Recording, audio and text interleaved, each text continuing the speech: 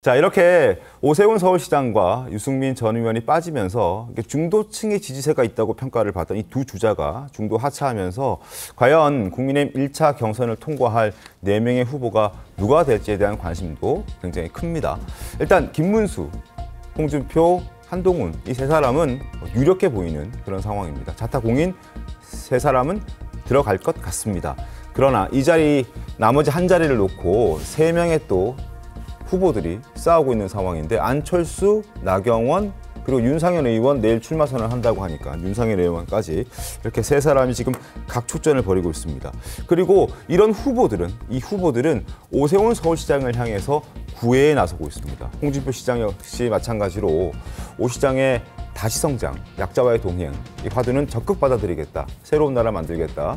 그리고 김문수, 안철수 후보 역시 오 시장의 소명을 의식해서 적극 동의하겠다. 그리고 적극 받아들이겠다, 수용하겠다라는 목소리를 내고 있고요. 나경원, 안철수, 한동훈 역시 다 마찬가지입니다. 약자와의 동행, 우리 동행이 멈추지 않을 것이다. 뭐 약자와의 동행은 제 출마 선언에도 이미 말씀드린 바가 있다. 여러 가지로 오세훈 시장이 갖고 있던 그 표를 받기 위해서 구애를 열심히 하고 있는 모습입니다. 자, 어떻게 좀 될까요? 저희가 전망을 좀 해볼 텐데 구자란 변호사님 어떻게 좀 보십니까?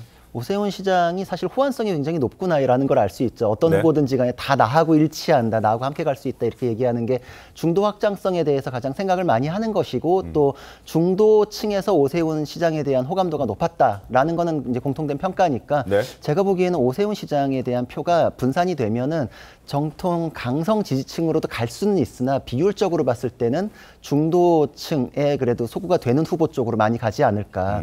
제가 그런 생각이 들고 그 지지를 했던 표는 대부분 좀 전략적인 선택을 하고 싶어하는 표 아닐까 싶거든요. 그래서 제가 보기에는 완전 강성이다, 강성 친윤 쪽이다 이렇게 하는 분들보다는 그래도 상대적으로 반대쪽으로 갈 가능성이 좀 높지 않을까. 예상은 그렇게 하는데 지금 사실 경선은 붙여봐야 하는 거잖아요. 제가 보기에는 전략적 선택을 하고자 하는 분들이 굉장히 많을 것 같아요. 나는 그러니까 보수 안에서도 좀 강한 후보가 나왔으면 좋겠고 이기는 후보였으면 좋겠다 이런 측면으로 가지 않을까 이런 생각을 합니다.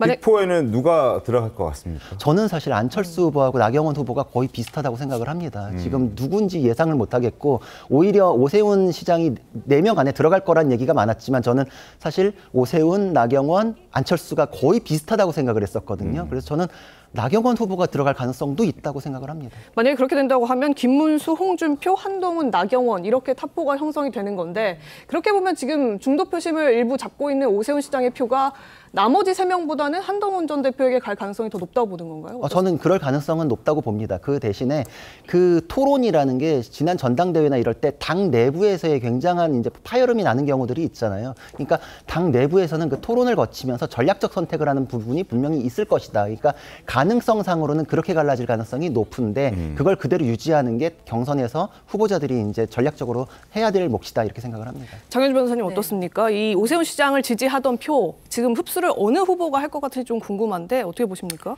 일단 오세훈 시장의 의중도 중요할 것 같아요. 그런데 이제 오세훈 시장 같은 경우에는 지금 불출마 선언을 하고 오히려 몸값이 좀 오르는 것 같은 좀 아이러니한 상황이 되는 것 같기도 한데요.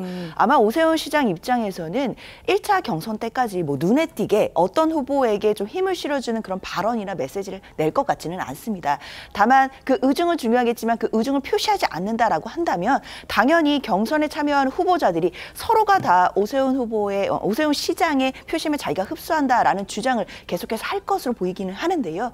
뭐 그렇다 하더라도 사실은 오세훈 시장이 좀 경쟁력이 있었던 부분은 그래도 중도층에게 중도 외연 확장 가능성이 있다라는 부분이었는데 그런 부분들을 생각한다라고 한다면 저는 한동훈 전 대표가 관련해서는 오세훈 시장의 표심을 본인이 흡수할 거다라는 주장을 좀 더 강하게 하지 않을까라는 예상도 가능해 보입니다. 네, 궁금합니다. 오세훈 시장의 표가 어디로 갈지 또 유승민 전 의원은 결국 무소속으로 출마할지 모두 지켜봐야 할 부분 같습니다.